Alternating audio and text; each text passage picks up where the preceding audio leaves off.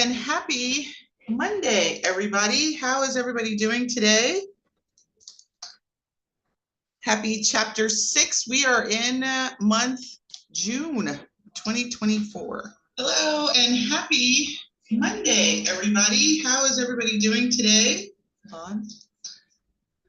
Happy chapter 6. We are in month June 2024. Hello and happy Monday, everybody. How is everybody doing today? On. Can you guys hear me in echo? Happy chapter 6. We are in month. All right. Hopefully we fixed that problem. How's everybody doing? I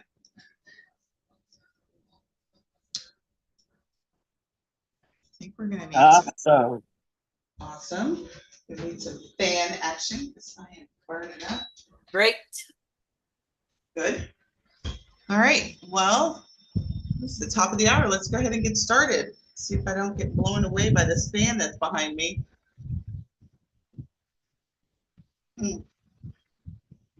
All right, so welcome to Mastering Your Payments and Terms. We have got a bang up 3 days planned for you all. So thanks for taking time out your busy schedule.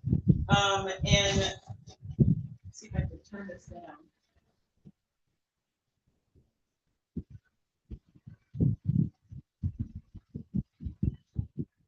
So burning up, sorry, I'm getting old. I've been like my own personal summers here. So we've got a, for those of you who are new to me, my name is Sundey Gardner. I am going to be hosting you over the next 3 days. We actually have some special things planned for you all this time around. And so with further ado, let us get started. Listen, you know, if you guys have joined any of our other previous Suite Success workshops, what I do know is, and if you're new to Travel Pro Suite, or if you aren't new and you're just really interested in understanding more about your options when it comes to accepting payments and your legal agreements inside of your travel business, you're absolutely in the right space this week. Every month I come to you all hosting a Suite Success workshop. And so this month we are going to be talking about payments. And so what I do know is that many of you guys are facing maybe some inefficient processes in your travel business. Maybe you feel like you've got some inadequate training going on. Maybe you don't know where to go to get trained on this particular topic or any topic that is related to your business. Maybe the setup of your business, you didn't go through a formal setup, or maybe you haphazardly did that for a myriad of different reasons. I've heard a lot of them. Maybe you don't even really understand what it means to be compliant. We have a highly risky business from a financial perspective. So institutions consider us to be very risky business model. So there is a lot of compliance that we need to take into account in the way that we do our business. And maybe I was just talking to a client, and you know, she's got about 3 different systems that she's using to get her business. What I do know is that many of you guys, some are using as many as 10 different systems in your business, and you just don't know how to bridge all of that gaps. And there's a lot of complexity with all of that. So really what I know is that we want to avoid overcomplicating the way that you should run your business. If you are thinking about adding more people to your team, maybe you're not there, but maybe you are there, and you don't even know where to start. And it really does start with cleaning up your house first. And so maybe you've got some processes that you would love to update in your business, but you don't know the first place where to do that. Maybe you are ready to leave your host agency and you don't know what that path looks like. And payments are probably one of the scariest things for you. You're thinking about automation, but again, automation, when people say automation, that could mean a lot of different things. So where do you start in your travel business? And really, you know, we are in an AI world now. So if you aren't adopting, like a lot of the things that we're talking about right now, and I really have kept it very basic over the last 6 months, working with our Travel Pro users, working with our community. But, as we look into the rest of 2024, I am actually going to be stepping it up a notch when it comes to technology and implementing available technology inside of your travel business. So if you've been resistant to that because you don't know the first thing about what it means to have a chat bot or what AI can do for you, you are absolutely in the right space. And so, with all of those things that I've mentioned, I created a framework for travel advisors to follow. And we're talking about that. I created this framework. It's called OPUS, which stands for Operations Pillars of Success. And it's really around standardizing the way that you run your travel business. We know that this business, the travel industry, is pretty antiquated compared to other industries in terms of technology adoption. There's definitely pockets of people who really would love to embrace it, but as a whole, the way that people are recruited into the industry, it's very slow to adopt technology. But if you want to be competitive, you can't be the way the industry is. I want to help you avoid trial and error. I really want you not to have to spend a lot of time and money trying to figure it out, and really get you solutions that are going to help you just in time of when you need it. So really, Opus is really focused on that. And so these are the 5 pillars of Opus. So if you haven't heard of it, there is the travel request process, which is really the process around how you take in inquiries. So if you're specializing in fit or you are working with group leaders, you've got to take in requests, right? Jane calls you and says, I want to go to Aruba. How do you take that process in? Are you charging a design fee? How do you do your discovery calls? That's really what the travel request process is. Then we've got the presentation for those people who are specializing in group travel. So how do you present your group trips in a way that gives your clients all the information and avoids the necessity of doing the sales call, right? And then we've got payments and terms, which is really about the money, how you handle the money, all the considerations about processing payments, just everything as it relates to the money conversation. And then we've got our 4th stage, which is client booking management. So this is really how you take in information for your clients once they've decided to book with you, and then how you give information. So it's really the two-way communication that happens after the person has said yes to the dress and they want to go out of town utilizing your services. And then the 5th pillar is really around results and reviews. So really how you manage testimonials, how you look at your entire books, and how you determine if you're doing well or what kind of changes you need to do in your business so that you can hit the mark. It's really also about reputation management. We are right here. So if you've missed any of these other pillars, we pretty much go in order. So, sort of in order. Last month we did travel requests. Next month, I think we're doing group. I don't remember what we're doing. I can't remember what I'm doing tomorrow, but it's usually the first week of the month. I think the first week of next month is 4th of July. So we'll be doing it the second week of July. But every month I do a particular topic, and we're focused on a pillar, really around making sure that you understand the strategy, the best practices. And then if you decide to use Travel Pro Suite, how Travel Pro Suite can help you realize those best practices inside of your travel business. If you, again, are new to this workshop and you've never been on a workshop, I'm very interactive. So please, if you have any questions, do not hesitate to drop them in chat. I will be asking questions, so you will have the opportunity to come off mute at any time. But we are right here, and this is what we're going to be focused on the next 3 days, is really payments and your legal agreement, and what types of considerations as a travel advisor you need to have in your business as it relates to payments. So who is this workshop for? This workshop is for anyone who's fully independent or in a hybrid mode. So if you are with the host agency, it's not to say that this workshop is not for you, but there are a lot of additional considerations that you have when you are not hosted. So we are primarily going to be focused on a direct payment model inside of this workshop. If you are doing supplier invoicing, it's not that our tool cannot help you, but our focus is really on providing and talking about those solutions and considerations that you have as a fully independent or somebody who's in a hybrid mode. If you are already not using, so I just want to let you all know, if you are thinking about changing CRMs, you're looking for something more than just your standard TravelJoy, Travelify, Turn solution, and you're looking for a more robust all-in-one solution, I would encourage you all to give Travel Pro Suite a trial. And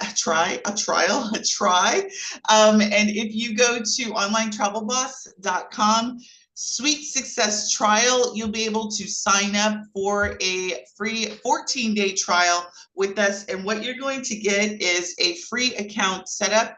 You'll be able to meet with one of our onboarding specialists and get your account set up in a one-on-one manner. You'll also get access to our done-for-you travel request setup.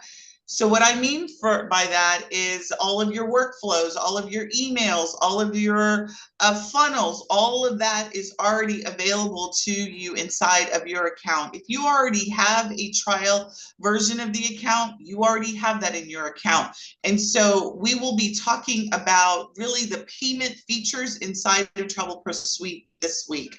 And then you'll also get access to a masterclass. So I encourage you to try that out. And if you decide to stay on with this, I don't think that you will be disappointed. VIP is going to be directly after this session, and VIP is where I will be staying on. We are in a special VIP room, and that really is an opportunity for you to get one-on-one with me and the group of other VIPs. And we really we get kind of down and dirty in there. We talk about some things that are important to your travel business. I do give you a lot more sort of insight to the topic of the day. And then anything really, the VIPers really get to take me wherever they want to take me. But we meet right after this session, and that's from 7:30 to 8:30. If you have not signed up and would like to sign up, you can do that at Suite Success VIP, onlinetravelboss.com. For those that have already signed up, you should have the Zoom room that we will be meeting right after that. All right, so let's talk a little bit about new advisors. If you're looking to, what I do know about travel advisors, new and old, is when you're new in the industry, you are excited about being able to book travel, right? So again, I'm not talking to the person who's recruiting. If you are a recruiter, it's not that I don't care. It's just I'm talking to those who really want to book travel. And new travel advisors, they're excited about, jumping in. So you take the supplier training and you don't really have the business set up. And maybe you're not new, maybe you're existing and you do have your business set up. But what I will tell you is some of you don't have maybe the legal and the financial aspects of your business set up. And so that's why I lump payment and terms together, because when it comes to the money, we want to make sure that you, from a risk perspective, that you've covered your bases, that you have the right terms and conditions in place in your business that ensure that you cover you in the business, because it's great and it's sexy to book and go on amazing trips. But if you get sued, you need to have the right protection. And, this is not Sunday's just sort of being kind of, squirrely. And I do know people who have, they have had chargebacks. I know people that have had, unfortunate things happen on trips, and they could be liable for a suit. Suits can be frivolous, but they are a fact. And as a business owner, you need to make sure that you're protected.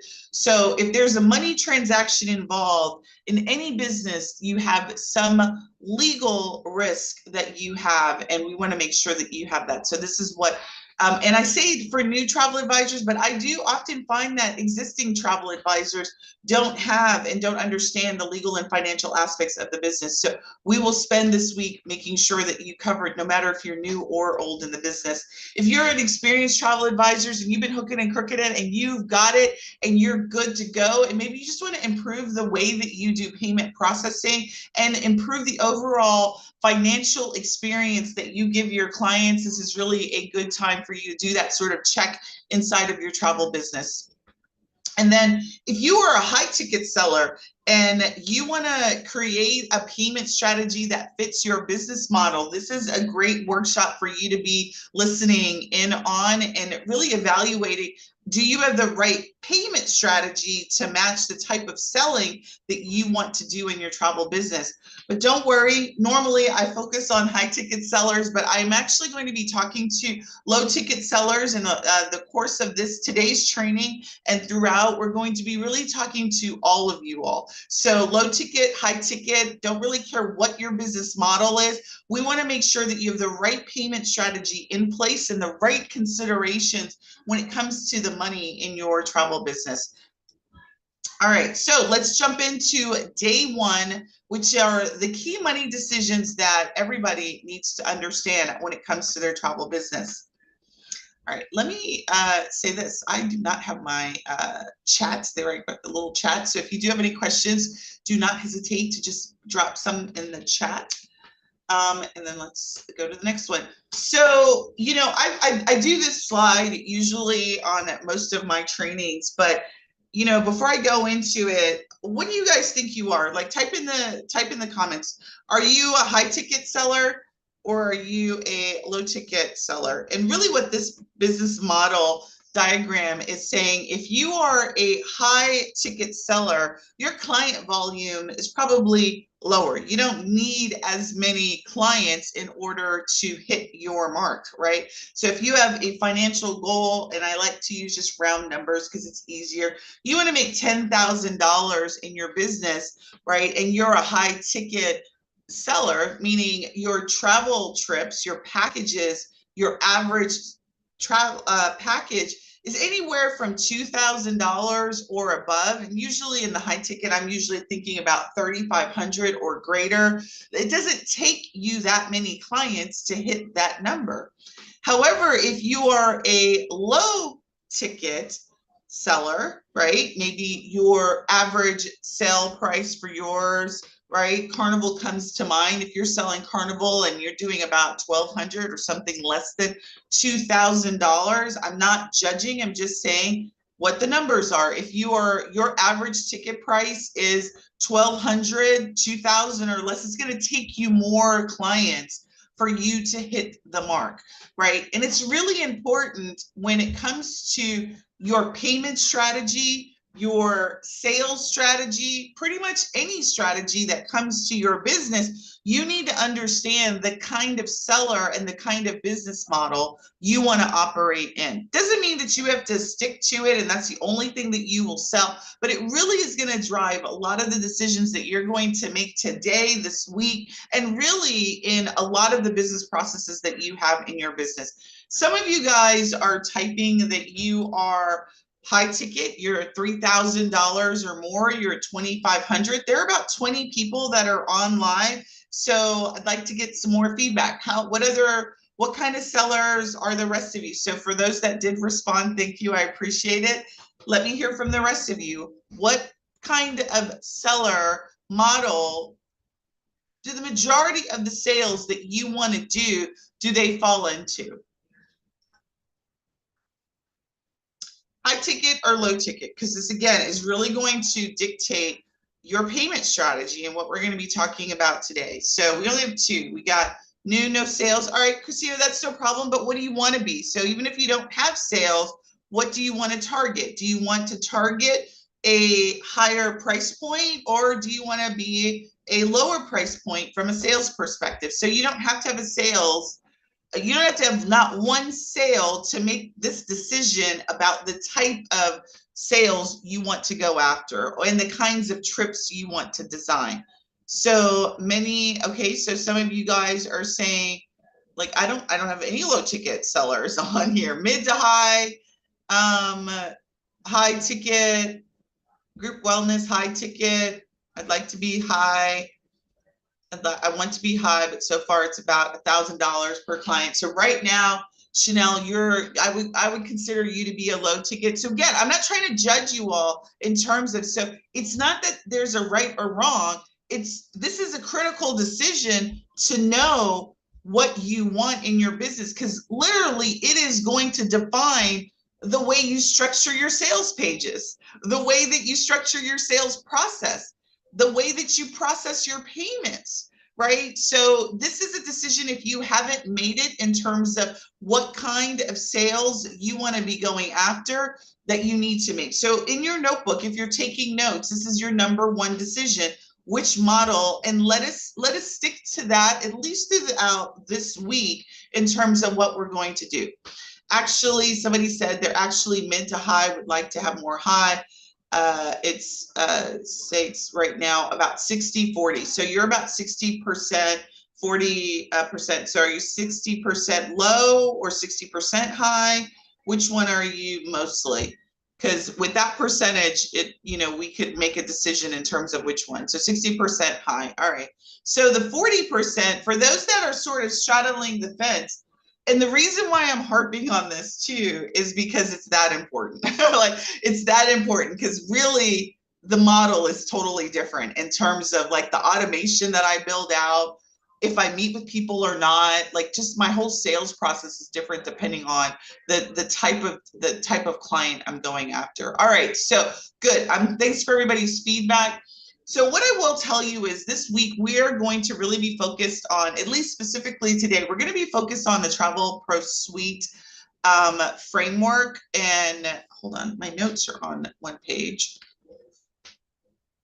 We're going to be focused on the Travel Pro Suite payment framework, which really is a 3-step framework focused on you understanding your business model. And we've sort of already gone over that a little bit, and aligning your business model to your payment strategy, because depending on the model that you have, should also dictate the kind of payment strategy that you have in alignment of that. And then we're going to look at how we can optimize the features, not only of our system, but in any system that you're evaluating in terms of how you do your business. So really the first step is the model, right? Understanding if you're high ticket seller or low ticket seller, and the majority of your sales are either or, right? Even if you have a mix of both, what is the majority of your business? We want to, number 2, make sure that your payment strategy, that you've identified the model, and that everything is aligned accordingly. So the automation that you spend the time building out, if you're going to automate, you're automating the right things based on the majority of the business. Have you guys ever heard of the 80-20 rule? Like, we want to work on the activity that's really going to move the needle the most. Like, we don't need to automate everything. If the majority of your business is high ticket, then let's automate where we can there. And if it's low, and you've got a few people that are low ticket, we can do that manual. Does that make sense? And then again, in step 3, we're really going to focus on features and leveraging those features inside of Travel Pro Suite to optimize your payment processing strategy. All right, so let's understand what high ticket sales means to you and what you need to know about high ticket sales, because the majority of you all on this call tell me that you're high ticket sales. So let's talk about what that means. All right, hold on just a second. So the first thing is that I already mentioned it. You have fewer transactions, and they're larger, right? So let's say you have a $3,500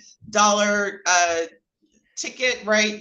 I have some clients there, they're selling trips at, between $5,000 and $10,000, right? So their price point is a lot higher, less transactions usually. Sometimes they're dealing with full payments. What does that look like to your processor? There's a lot of considerations when your average ticket price is higher that you've got to take into account versus when your average ticket price is lower.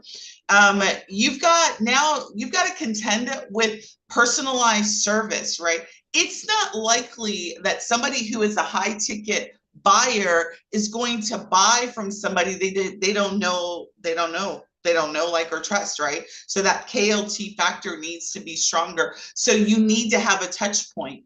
Many of you all are, you maybe have done low ticket sales and you're touching every single person. And really, that's not an effective strategy, nor is that scalable. And so scalability just really means is like, how do you handle that volume if you're doing discovery calls for every single low ticket person, right? So when it comes to high ticket sales, you've got a different model, a different sales model that you potentially need to have really around providing that high value associated with that high ticket. Does that make sense? And there really is a need to do a discovery call. If you are at a 2,500, 2,500, maybe depending on how you break up payment plans, you could probably get away with not doing a sales call. But if they're new to you, I would stress that you should. But when you're talking about high ticket sales, discovery call needs to be a part of your process. If you don't have any sort of discovery call that qualifies the client on both sides, it's not likely your conversion rate is higher. And so if you don't even know what a conversion rate is, that just means like, how do you go from request to closing the deal, right? When it comes to a travel request process, that really for me is for a high ticket seller. I really don't want to meet with everybody who's buying low ticket. Again, it's not that I don't want to meet with them and I don't value them and I don't want to provide valuable service. It's just my sales process is different when I'm dealing with a low, high volume sales transaction. Does that make sense? So we want to marry our processes to what it is that we're doing. If you're dealing with a lot of people, there's just not enough time in the day for you to meet with all of those people. Does that make sense? Like if you've got a $10,000 mark and you're doing $1,200 low ticket selling, you've got to meet with more people than somebody who's got a 3,500, 2,500, right? And I would venture to say, if you want to consider yourself high ticket sales, you need to bump up your average ticket price. Let's just say that's 3,500. You only need to meet with 3 clients. Right now, granted, you don't do 100% conversion, so probably need to meet with a little bit more than that. But you understand, like you're only working with 3 clients, right, per month to get to a $10,000 sales point. Does that make sense? So really understanding high ticket seller, really the first thing that you've got to ask yourself is, if I'm a high ticket seller, do I have the right sales process in order to match the type of selling that I want to do in my business? So for low ticket sales, I've sort of let the cat out of the bag already, right? You get high volume, low value transactions. So it doesn't mean that your service is low. It just means that the dollar figure is low, right? So maybe let's say if you're doing 1,200, like the average total ticket price is 1,200, you split that up, it's a lower transaction, right? The total package, those packages, you've got to do more of those types of packages in order to hit your volume, right? So really what you're looking for is not necessarily high touch point, but more of an efficient transaction processing. That means you've got to be able to get transactions hooked, credit card take, process, done, right? Like that process needs to be seamless so that you can process more of them in an efficient way. If you're high ticket sales and you're doing fits, if you're low ticket sales and you're doing fits, I'd say that's a mismatch there, right? Because you're doing fits, which is custom design, and your average ticket price is a lower ticket, right? And it just requires more work. So if you are doing fits and you enjoy doing custom itineraries and your average ticket price is less than 3,500 per trip, I would ask you to reevaluate your model because they're just not in alignment. The amount of work it takes you to get to that sort of customization, I want you to just reevaluate that. Just trust me on that. But if you are, let's say you're doing group trips and you're doing low price group trips and you're trying to get, volume into those trips. Like I know I was just on a couple of trips last year and, they're bringing 30, 40, 50 people on these trips and, the trips are priced really good and they're doing high volume transactions. If that's you, you're not you should be sick in the stomach if I say discovery call. You don't have time for that. You shouldn't be meeting with anybody. It should be they see the deal, they buy the deal, and then they get into your client booking process, right? So you got to make sure that that process is super efficient. Hopefully that makes sense, you guys. Let me know in comments. Is that like resonating with you guys? You guys understand the difference? And when you tell me that you're high ticket, right, do you understand the necessity to have a sales process that's in alignment? And if you're low ticket, no shade, but again, let's not do fits for low tickets, right? Let's, because it's a lot of work, right? Doing a design, a custom design for somebody, and the average ticket is 1,200, right? That means your commission is low. That means you probably don't have a lot of room for markup. Like I could go on and on. Why high ticket, low ticket, and fits, just those two just don't go together, right? All right. So then you've got this whole concept of what I'm calling sort of a hybrid approach. You can be a high ticket seller, but if you have your shiznit together, as I say, and you are creating experiences well in advance that allow you to create low ticket payment plans, right? That really creates sort of a hybrid model where maybe you do a discovery call, but maybe you don't. Maybe you've got, you know, a $5,000 trip and it's broken up over 24 payments, right?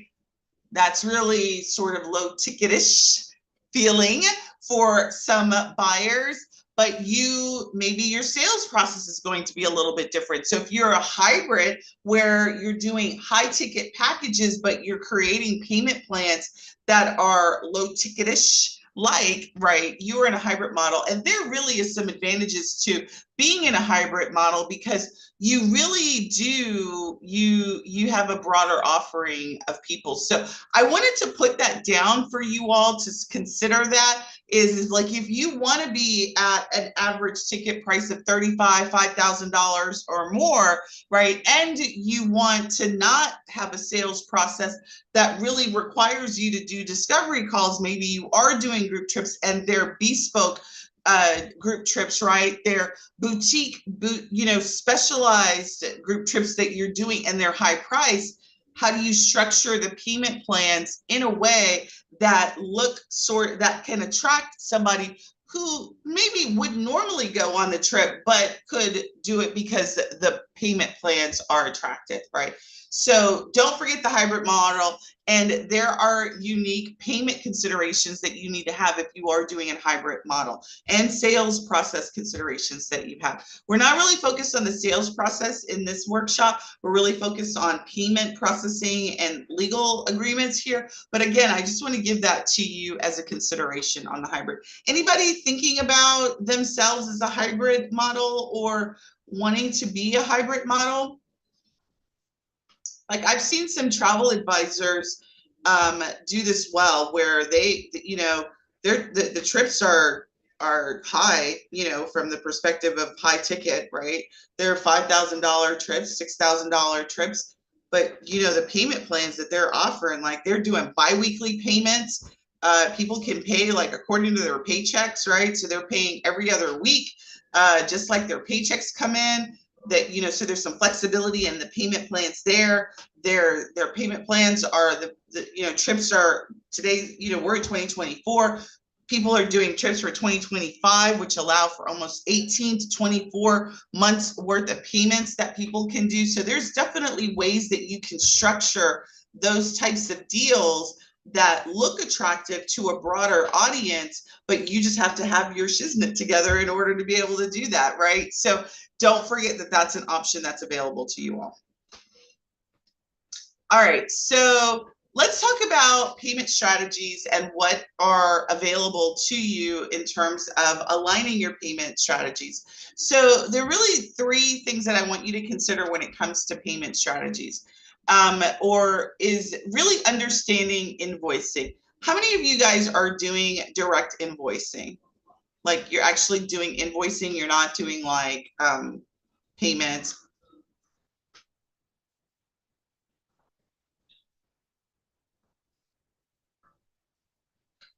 All right, you are. All right, Kira.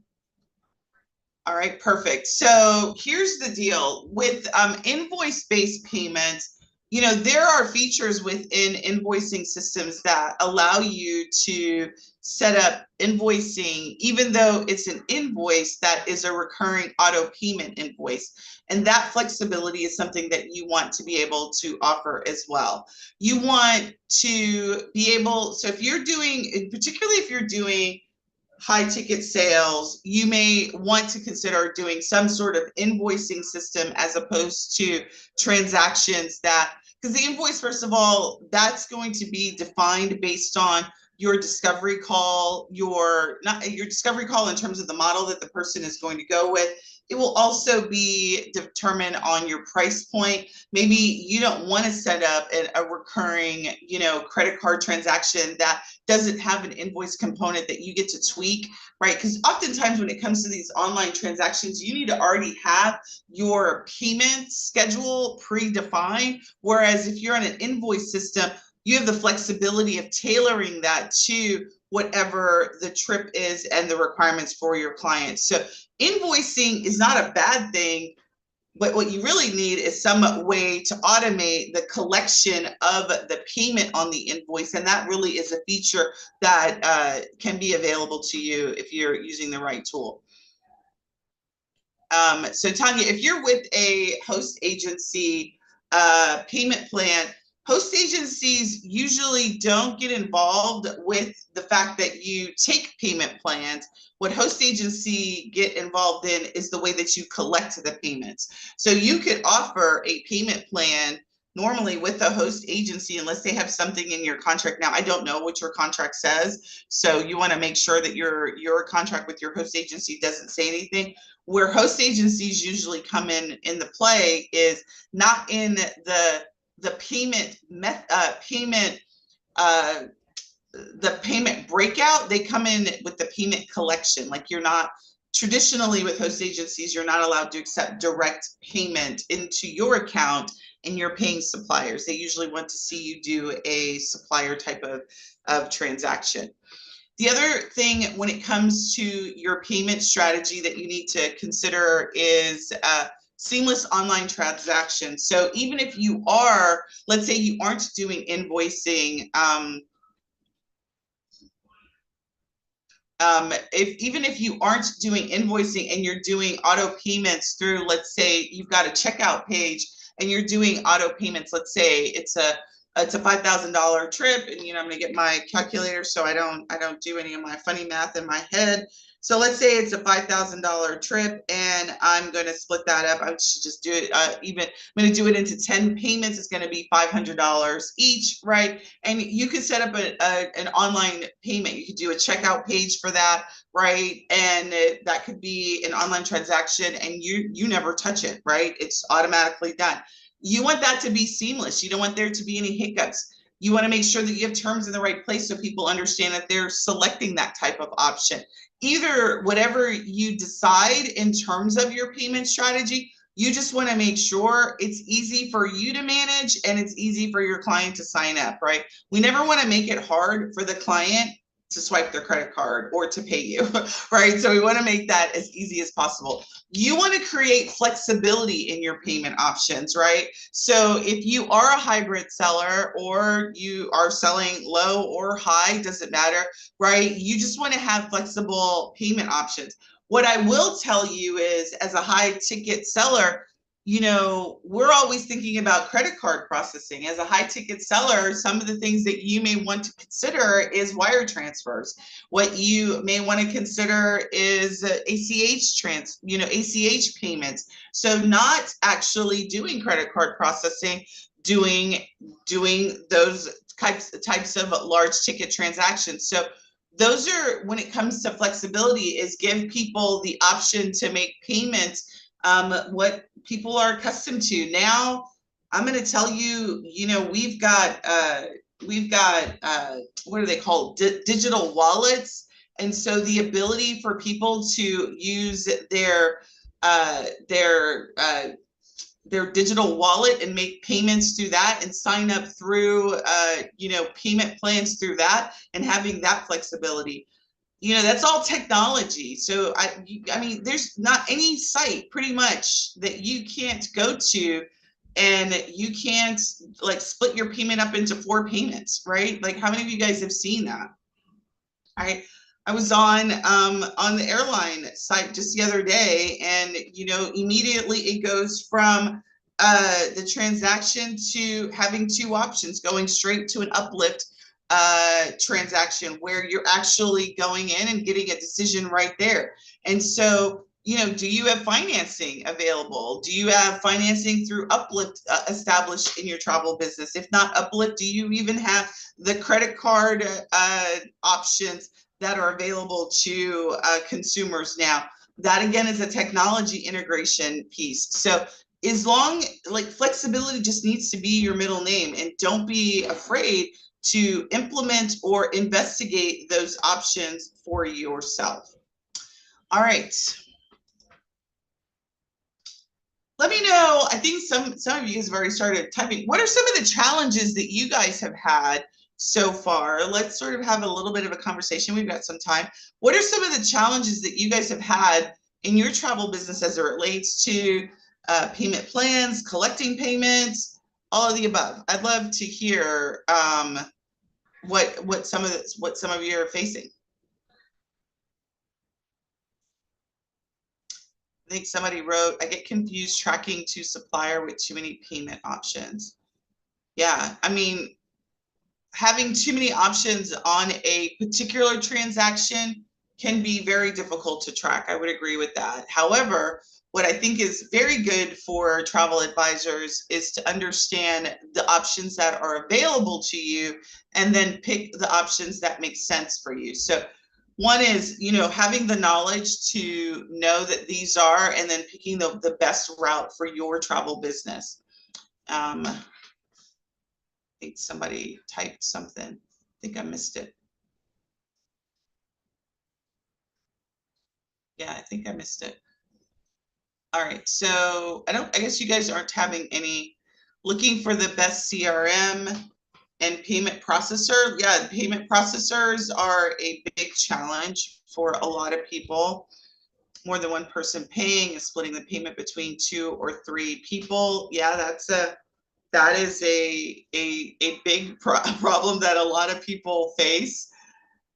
Using TravelJoy, etc., to accept payments. Be interesting to say why your agency says no on TravelJoy. I have a sneaky suspicion why, but be interested in seeing, Chanel, why your agency doesn't want to do it. Maybe they want to control it, or are you allowed to accept payments? They just don't want you doing it through TravelJoy.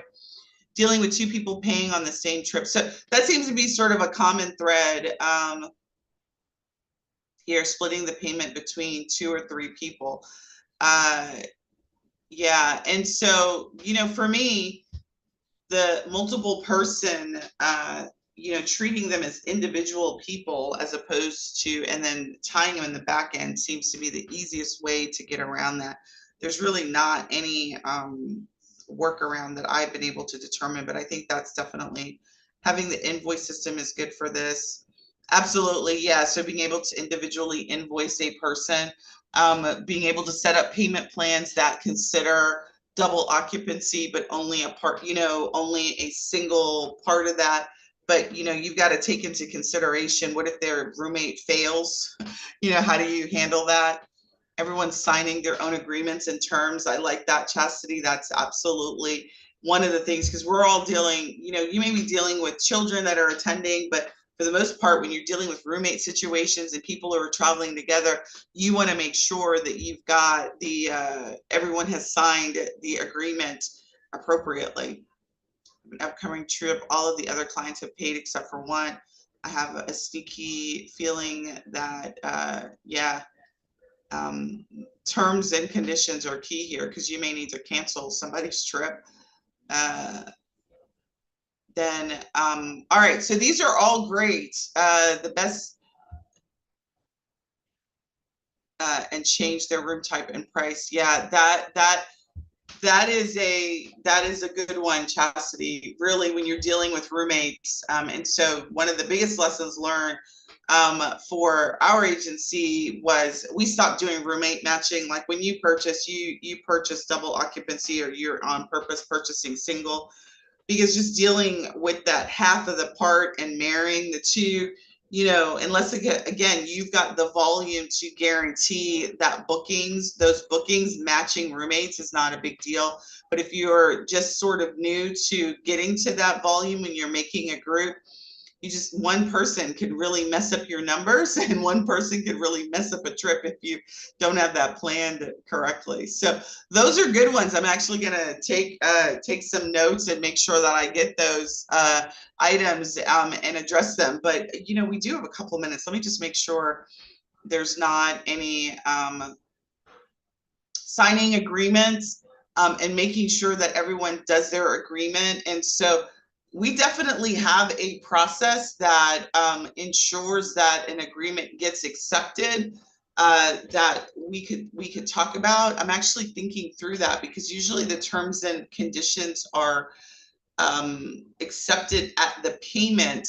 But this is a good one. I like that use case, Chastity. You'll have to reach out to me offline. You're one of our members, so we'll have to think about where do you want to make that modification if you're doing group trips. And let's say I just think at the point of sale, if you get each individual person paying for their trip through the sign-up form, they would be checking off the page that they agree to the terms. What I would be more concerned about is the travel waiver agreement. Is that making sure that everybody has signed the travel waiver if your trip does not include travel insurance? Is that everybody who is going on the trip has signed the waiver? That would be the biggest risk factor I would see. All right, and then I'm going to kind of paid except one. I think I answered that one. All right. So here's some key challenges that you all should be very concerned about. Security, securing financial transactions, credit card information, securing people's data, and making sure access to that data is done, right? That you're working in a system that doesn't expose anyone's data to anyone in the group. Doesn't anybody, and unfortunately I'm not calling any systems out. I was in one of the CRM systems, and they indicated that there is a hole in the system that allows people's information to be seen based on the email and the group feature, which I think is not good. So we want to make sure, regardless of who's signing up for your group trips or your trips, that you are able to secure a person's personal information and or emails that they may have had with you as the advisor directly. We don't want any of that leaking out to any group member or anything to that effect. You are a steward of the data, right? So you've got to make sure that you are stewarding the said data. The other thing is that payment processing. A lot of you all have said that's kind of your major challenge. And so having an efficient payment process, high ticket or low ticket, is really critical inside of your travel business. And not only that, but really making sure that you're surfacing the right checkpoints inside of your business to minimize your risk. Come in making sure that your terms and conditions are signed off by every traveler, making sure that you have a travel waiver, an insurance waiver signed by every traveler, regardless of who may or may not be the primary. Just making sure that you have prominently displayed that travel insurance is not there, that you have the right protection in your business, right? These are all considerations that you need to make sure as a business owner that you have there, not just the processing of the payments, but also the agreement part too. And then this last one is really client communication and transparency. I want to say, forgive me, I should know which rule, and I should be on the, I should have the number, like the ASTA ruling or the ASTA notification that came up. But I think it's part of this DOT ruling that came out about being transparent about the pricing. I personally have never had a problem with pricing. I don't do cruise pricing, which I say, the cruise, it's, $585, and then I add on another $500 because I'm adding gratuity, all of that. I've always been one that does all-inclusive pricing, but the tides are changing in our industry, and as advisors and as people that provide quotes to our clients, we need to be transparent, and the communication that we do in terms of full price needs to be clear, right? In our proposal process and our invoicing process, all of that, there needs to be no ambiguity there. And so we need to make sure that we have a clear communication path to our clients about the price point, the payment plan points, and that we're transparent. And that's becoming, I've never been one to do that sort of uh, partial partial pricing or partial quoting or partial anything, because I don't like it when it's done to me. And so when I design trips, I've always been the type of person in everything that I do that tries to make the price as all inclusive as possible, right? I want, when somebody goes on a trip that I design, that they are doing minimal additional swiping, because once you swipe with me, it's a big swipe, right? So I want to make sure that we've covered you, and if we haven't, you're super clear about what's not included. So that communication from the beginning of the sales process all the way until we invoice is clear, particularly when we're doing group trips. The amount of times that we tell you what's included and what's not included, it's got to be tenfold, right? And so just making sure that your client communication is inclusive to the pricing, because now we have an obligation from an advisor perspective to create all inclusive pricing for our trips, and that we are transparent about that pricing, that we make sure that our processes include that. Anybody feeling like that's going to be a hard thing for them to do, or you're not really aware of what I'm talking about? Client see a $200 50 and then be really upset out at the 800. Yeah, that's right. And that is reason why doing this sort of qualification for clients up front is so important to me, right? Because if I've got a client who's expecting a $250 cruise trip on a trip, I mean, I don't even care what they go find. I'm not the right advisor for them, because they could go and put that on Expedia.com. And I'm being as truthful as I can be about this, and as transparent about how I feel about this. Is I'm not for everybody. As a coach, I'm not for everybody. As an advisor, I'm not for everybody. And when you think about your travel business and what you do in your travel business and the service that you provide, and if you're trying to, haggle with somebody who's arguing with you 250 versus 800, I would venture to say you probably ought to qualify people better. So this is not a position that you're in, because you're right. There are people who are going to haggle. You can't do anything about that. But like, I want to know that I want to disqualify those people as quickly as possible, right? Before I spend any time or effort on people who aren't a right fit for price reasons, for whatever reasons, I want to make sure that our sales process disqualifies them.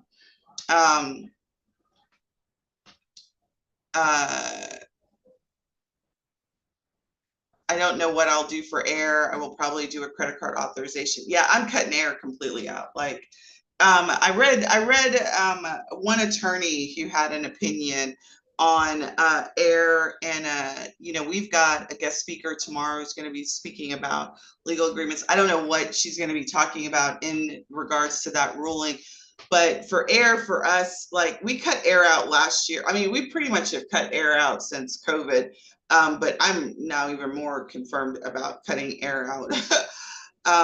Yeah, Latasha, you're like cutting it. I'm not to say that you don't follow. I'm not indicating that you need to follow my regard on that. I'm just suggesting that you just need to be super clear about air and what that means.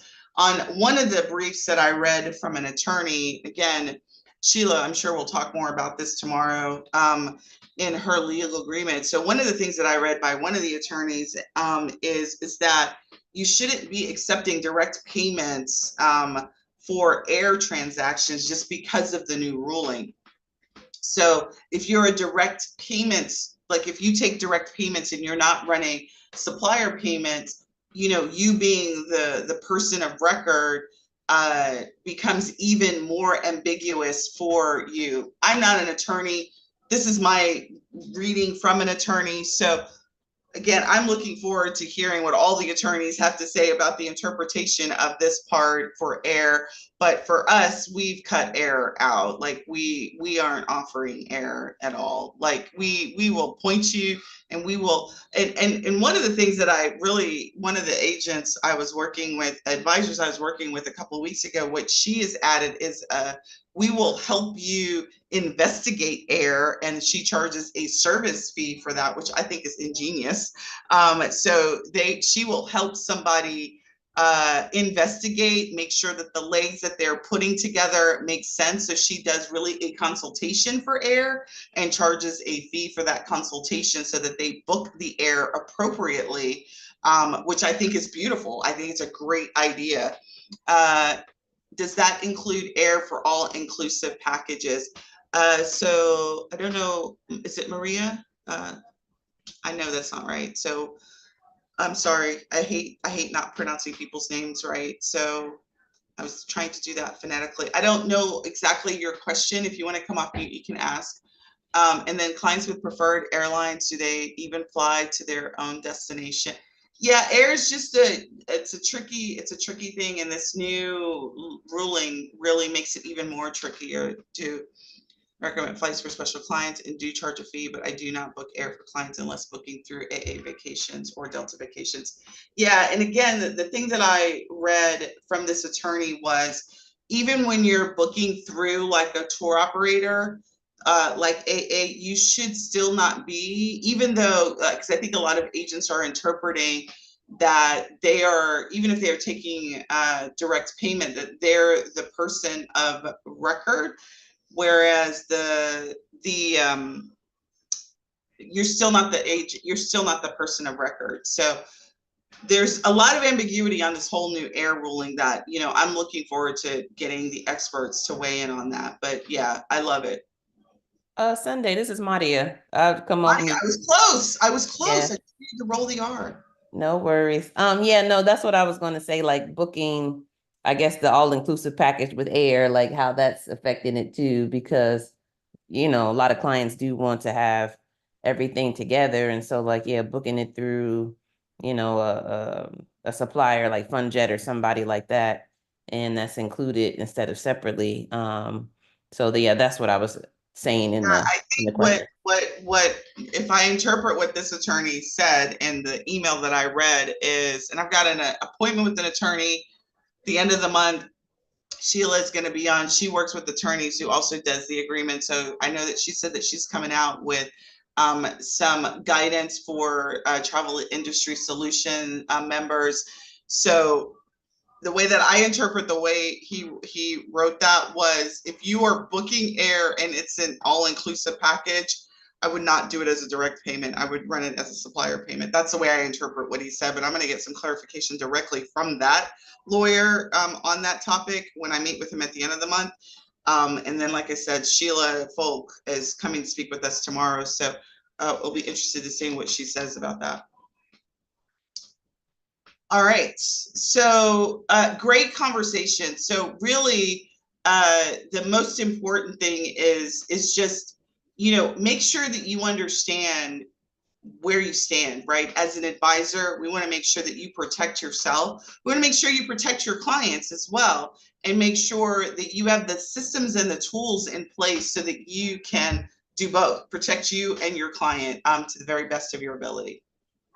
So some key features that Travel Pro Suite have. So if you're already a trial member, or you're a member of a member of Travel Pro, we have invoicing. So we have a lot of ability on the invoicing feature. So not only do we have invoicing, we also can marry invoicing with automation. And I'm going to show you that in just a second, where you actually have the ability to create manager invoicing inside of the system. We have what's called a one-time invoice and then a recurring invoice, where you can set up the one-time invoice. So let's say it's $10,000 and the person just needs to pay the $10,000 flat. You can set that up, or you can set up a recurring payment based on a payment plan that they can do. You can also set the payment to be an automatic payment. So it automatically charges their card on file, even though it's an invoice. You can set that up as well. We have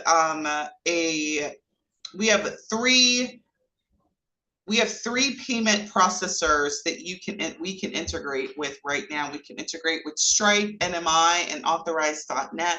There is a fourth payment processor that I just recently added, and I'm testing out right now their abilities. They are a merchant account, so there is a merchant approval just like NMI and Authorize.net are. So a lot more flexibility, a lot cheaper from a processing perspective to go through. If that's something that you're interested in, let me know, and then we can talk about what those options are. Most people are doing Stripe, right? Most people hate Stripe for a variety of reasons. So I tell you that because there are options to you. We are what's classified to Stripe, and so I know people who are like, yeah, you can't use Stripe, travel advisors. And I don't have a consistent response to that, because although their terms say travel, their terms are very, because I just read them yesterday. The terms are, they do not say travel advisors. They say it's unique, which in my opinion, the way that I read those terms is it doesn't necessarily apply to us, because I am not a supplier. I'm not booking, trips out of a GDS system. I'm not a supplier. I'm an advisor. I provide services. So, I do know travel advisors who Stripe accounts have been shut down. And I don't know how they set them up. I don't know. So I can't say emphatically Stripe will let you stay or will cut you off. I don't. Unfortunately, I don't have a crystal ball, and I don't know everybody's individual setup. What I will tell you is that the underlying processor for TravelJoy is Stripe, and so I continue to stand strong on the fact that Stripe does work with travel advisors. I've been using Stripe for years. I know many travel advisors who are running travel transactions through Stripe. So again, why some people get declined and why they're a risk in Stripe's mind and others are not, again, not knowing their particular situation, lend it towards setup, right? Their business setup, maybe their chargeback history, maybe, there could be a myriad of different reasons, but holistically, Stripe has been a provider of credit card processing services. I don't really want to get into a discussion of processing fees, because there's really not anything you can do about the fees except for not process credit cards. There was a time you could shop fees and you could get them lower. What I will tell you, if you're looking for an online processor like a Stripe, like a Square, like a PayPal, those fees are pretty much standard across the board. It's 2.75 plus 30 cents plus this plus that, and they've all gotten together and it's one big cartel. Like there's no getting around it. Like the online processors that's what those prices are going to be. Now if you are ready to get in the big leagues and get yourself a merchant processor, which I would say if you are a high ticket seller and you are feeling like you're going to have large amounts of volume of sales, you need to get yourself a merchant account. You ought not to be trying to go with Stripe and all that goes with Stripe, because when it comes to pricing, you do have better flexibility when you have a merchant account. So if that's a route that you guys are interested in, I encourage you guys to send me an email. I can make you an introduction with the fourth vendor that we now integrate with that's available to you too. But if you want to just stay within the system, you've got NMI and Authorize.net, which are also providers. Now, I do know some travel advisors that got declined through Authorize.net and NMI, but Again, I don't know what the setup is, and I can't necessarily speak why some people get declined and what. What I will tell you is let's make everything as consistent as possible, right? Make sure that your business formation is consistent, that you've got, you're registered in your state, all of your addresses make sense, right? Like just make it easy for you to be underwritten. All right, did you say Ed for the second processor? So the processors that are in the system that you can just go right now and look at, you can do Stripe, PayPal. I don't recommend PayPal as your normal processor for the same reasons why most people don't like Stripe. PayPal then would be the very last processor I would have as a processor for ongoing transactions. Stripe, PayPal, NMI, so Nancy Mary Igloo, and then authorized.net. And authorized.net, if you get a merchant account with them, gives you access to like a plethora of processors that you can do. So if you have an authorized.net, maybe your bank may have a way for you to connect if they're connecting through the gateway authorized.net. All right, so invoicing, that's the big thing. So proposal and approval management, I will tell you, in the travel industry, number one thing that travel advisors are really interested in are the sexiness of the itinerary, right? Making sure there's all these graphics in the itinerary, making sure it looks really, really pretty and it's interactive. Don't get me wrong, there is a place for that. I am not suggesting it's not important, because it is. Presentation is key. But what I will tell you, which is more important, is making sure from a risk perspective and a legality perspective that you are using the proposal process for what it's intended for. The itinerary is part of the proposal. It is not the proposal. The proposal really has some very key components to it. One of those components is the very last component on your proposal, which is the authority that a signature gets you to spend the funds. And so a proposal is a legal document. So we want to make sure that we have a process that ensures it's standing up legally if ever challenged. So we do have a proposal process and an authority and approval management process. And we actually, when you submit your proposals and you get them signed, you have a digital signature certificate that goes with the proposal as well. So we do offer that feature in the system. We do, as I mentioned, offer credit card processing. So we have 3 standard, and then we have a 4th sort of out of, that's not standard, but we can talk about your options on the 4th option. We can do automatic invoice creation. So we've actually implemented that feature inside of our travel request process as a part of the design fee. So once you have your design, once you've accepted an inquiry and you do your design, your discovery call, and they say yes to the dress. I love that saying. They say yes to the trip, and you're ready to charge them $250 or whatever your design fee is. You just simply do a little transaction. You move our trip record into design fee, and then based on your setup, it will automatically send out the invoice email to your client, and you don't even have to worry about doing that part. We literally can marry that sort of email automation and invoice automation on any kind of use case you can think of. So that really is a really great thing. One of the things that I really like about the invoice feature that we have implemented is that's available now, and I want to say that this has been available now about 6 to 8 weeks, is Afterpay is available now as an option on the invoice feature. So some of the additional payment methods that are available in Stripe are now available in the invoicing feature. That's not necessarily available on an online like a sales page checkout. So you do have some additional flexibility in terms of payments when it comes to invoicing. Yes, I am talking proposals. Well, proposals for any time. You don't have to do a proposal for FITS, because I think, Priscilla, you're doing proposals for your group trips. I don't know if you are or not, but yeah, anytime you decide to do a proposal, you'll want to make sure that your proposal has these standards. So we do have a proposal template that in our training that we give you so that you can set up that template appropriately. We will be having a feature, and I'm waiting for that, where that template that I've created and the standard, I'll be able to push that to all of y'all's accounts so you don't have to manually create that. That feature is coming. I hope to see that feature in the next couple of months available. All right, with that, I'm going to actually show you TBS.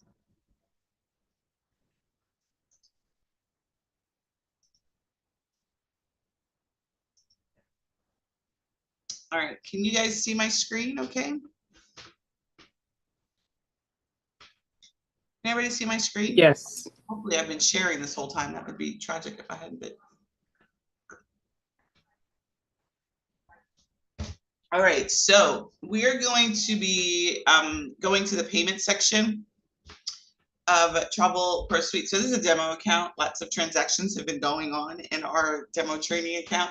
But really, when you click on the payment feature inside of Travel Pro Suite, this is going to get on the top menu. You're going to get all of the sub-menu items that you can do inside of the system. First thing is that you've got the option to be able to do invoicing, like we mentioned. There are two different types of invoicing. As I mentioned, you have the ability when you create a new, you can do a one-time invoice. Most of you all probably won't be doing one-time invoices. Maybe for your services and your design fees, you do a one-time invoicing.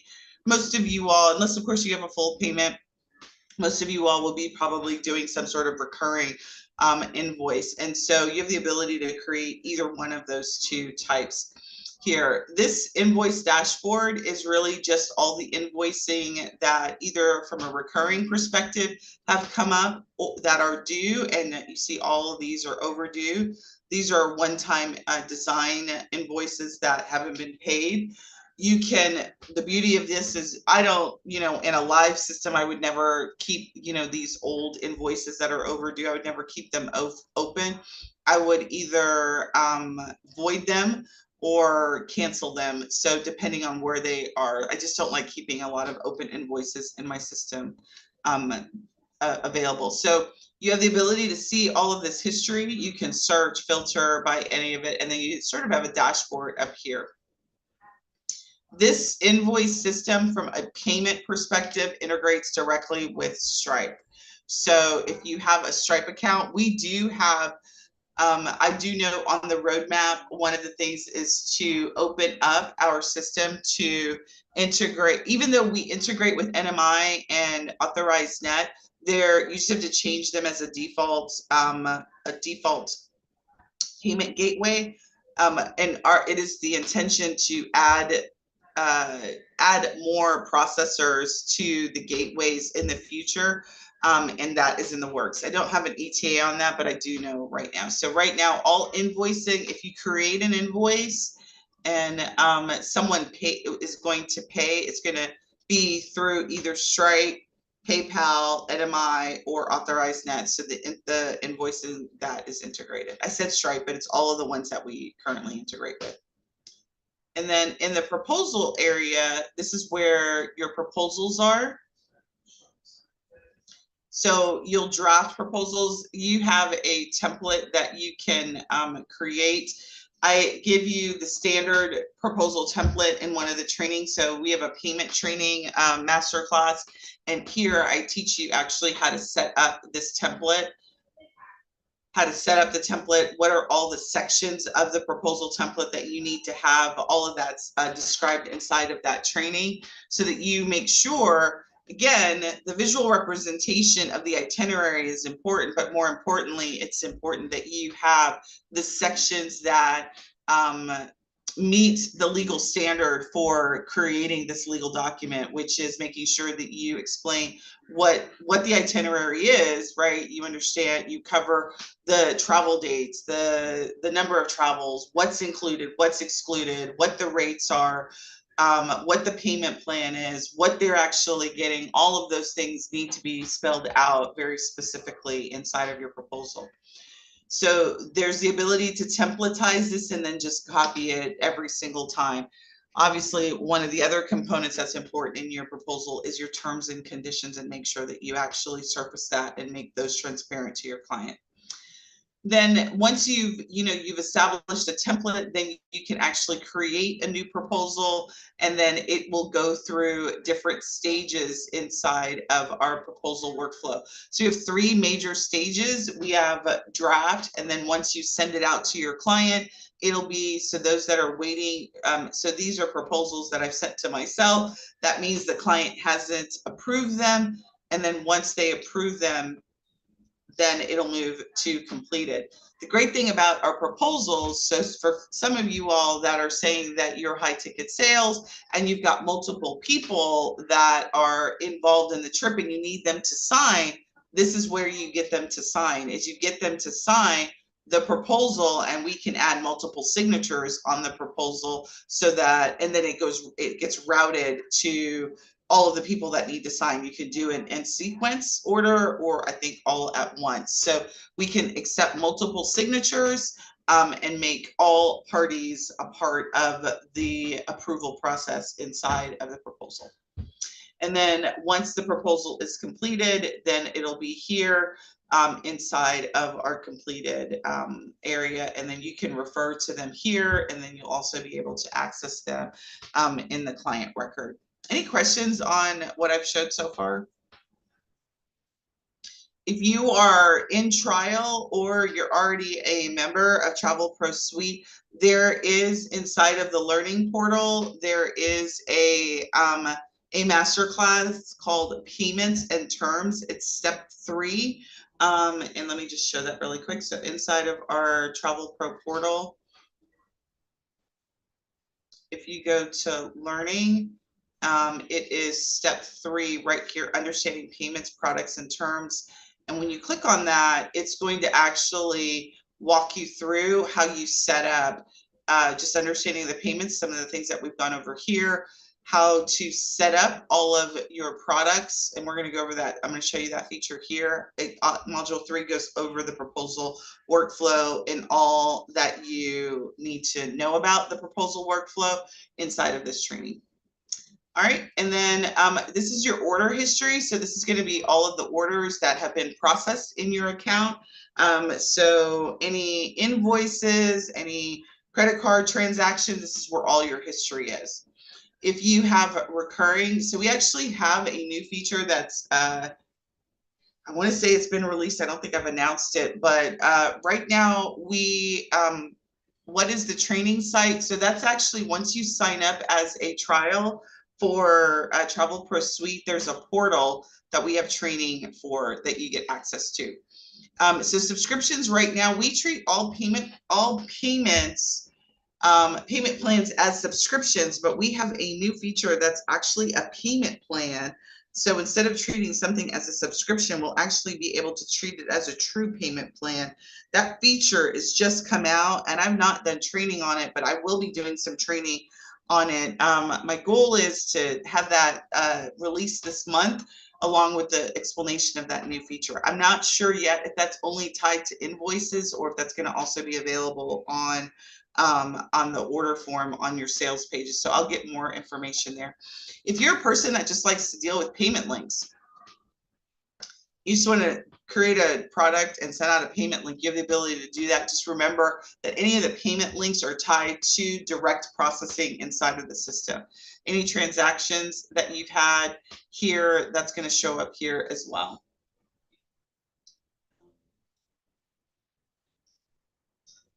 So these would be actual, I'm sorry. So orders are orders that are coming from sales pages, and then this transactions are all transactions. So this would be invoice.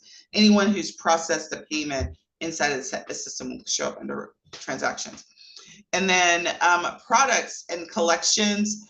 Collections actually is a new feature that just got launched in the last month.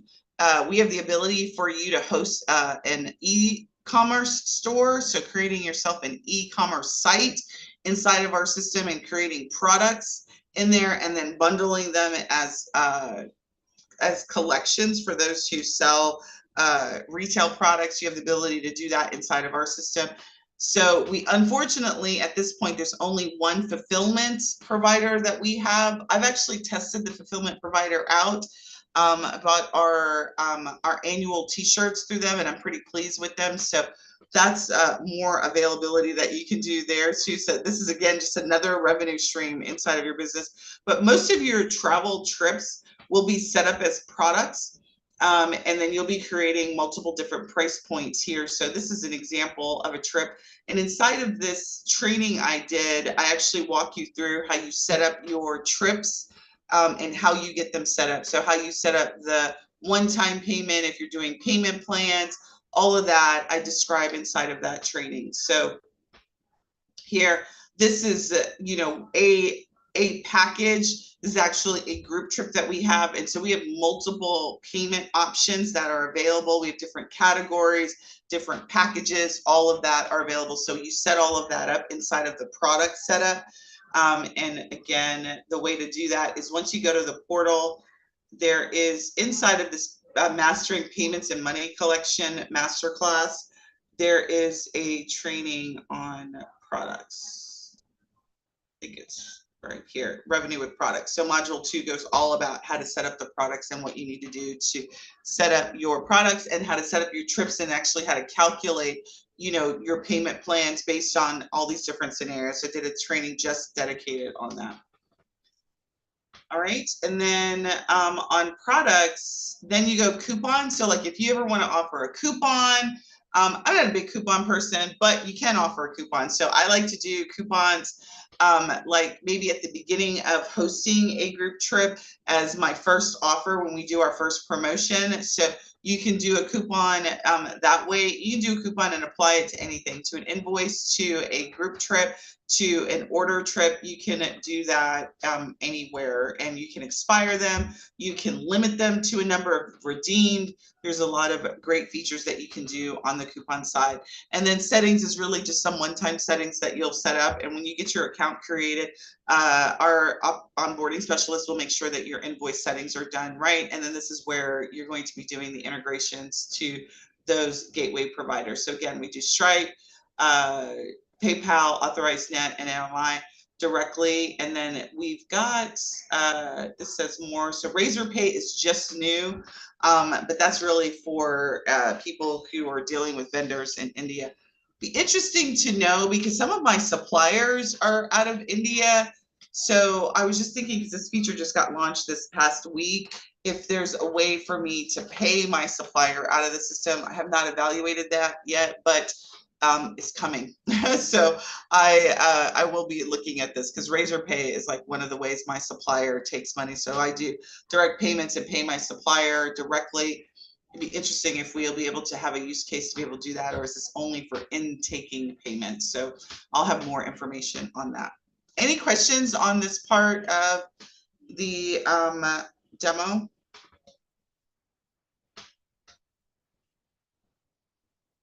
I have a retail store inside of my travel membership. Can I put that link inside of your retail section?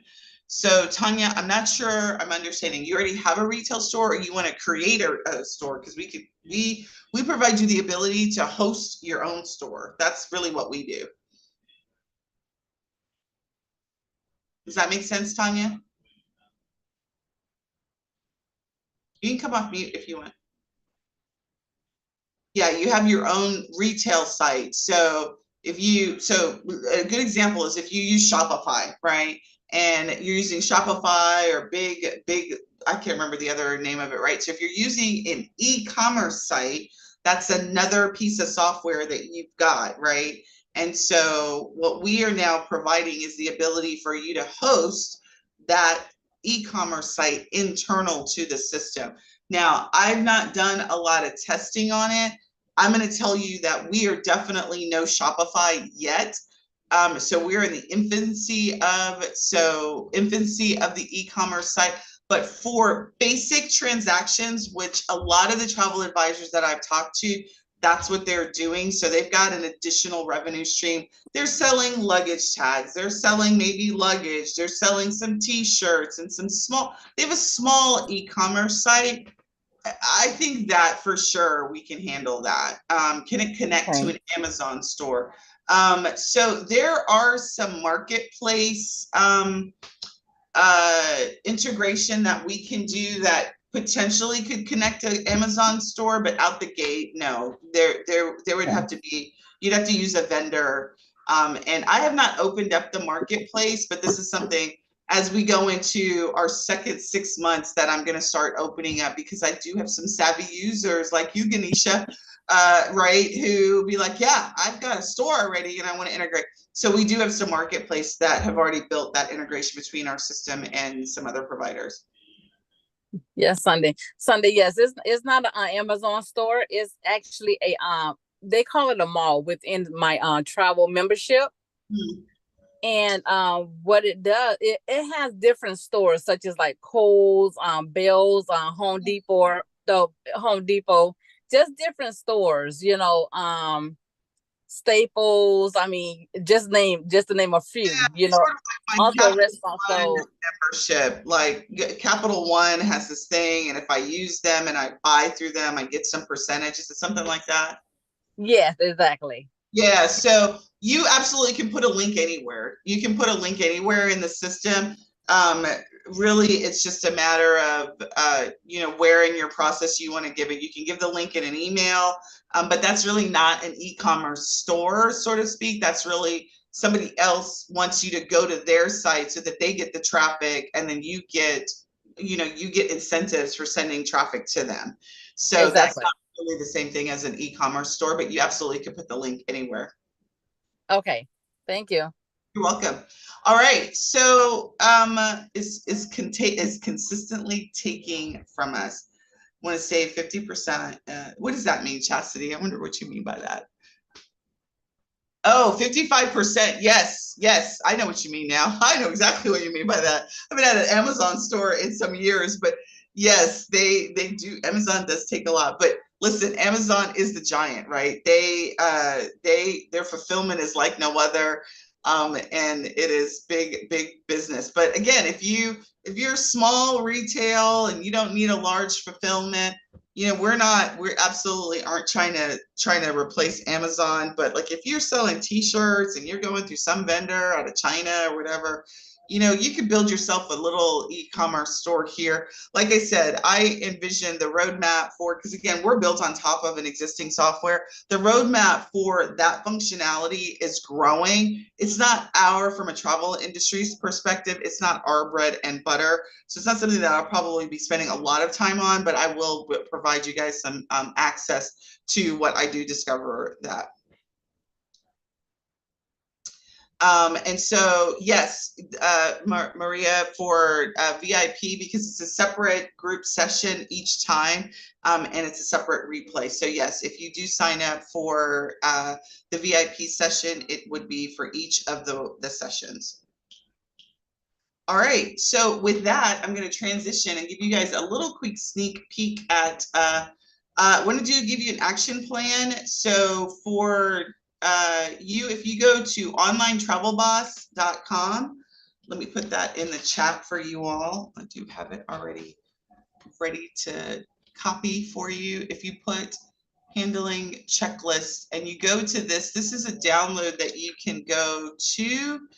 And there is a checklist at the end of this document. And I would encourage you guys to answer these money questions, right, for your own travel business, and go through the checklist and just make sure that you've got yourself covered on all of these things. And if you do, maybe it's an opportunity for you also to just do an inventory, make this your annual inventory, check it, right? Is the processor that you're using, are you happy with them? Are you really ready to go to a merchant account, right? Is this the time? Do you have the right terms and conditions? Are you, just go through the checklist and just make sure that you've done a health check. Just like I got, I don't know, my health provider is sending me texts like almost every day. It's time for my annual, right? So consider this to be your annual payment checkup that you can do for your travel business.